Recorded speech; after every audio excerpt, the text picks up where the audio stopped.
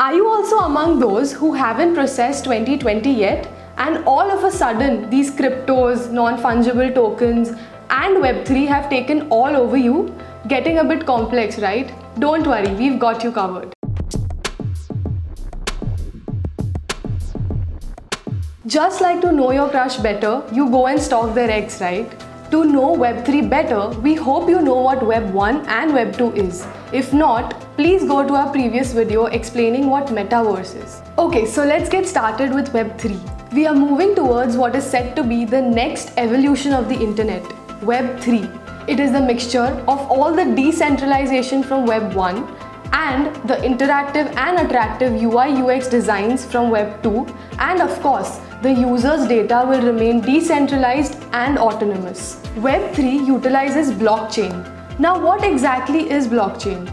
A good example of this could be the use of Google Docs instead of Word, which allows you to view, comment, and edit a document live online. So in this way, the data is accessible and transparent to everyone without jeopardizing the privacy. In a similar way, blockchain allows for the distribution of information. With the tools of decentralization, the users will remain the ultimate owners of the information and the content that they provide. So blockchain stores data in blocks. Now each block contains a set of information that could be anything from cryptos to voting records. Now when one block cannot be hiked with more data, it gets added to a chain and a new block is formed.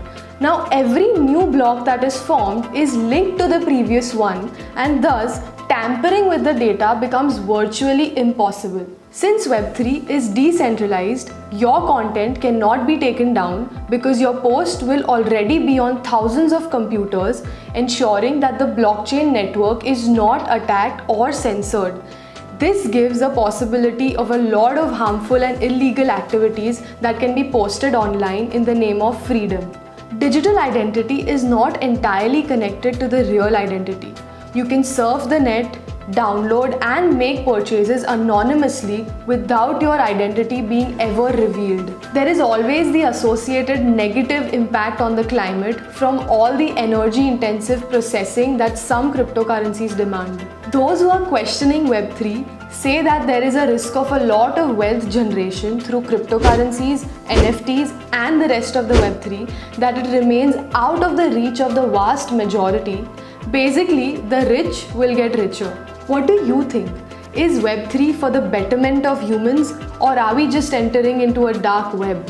We hope you had a great 3 minutes of learning with us. If you liked the video, please subscribe to our channel.